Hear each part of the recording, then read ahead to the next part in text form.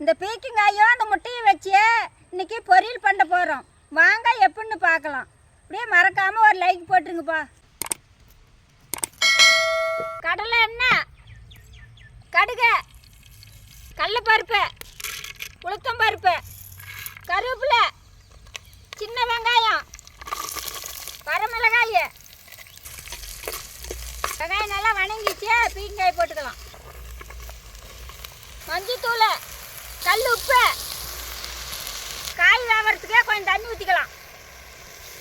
காய் வெந்துக்குச்சு, முட்டை உடச்சி ஊற்றிக்கலாம்.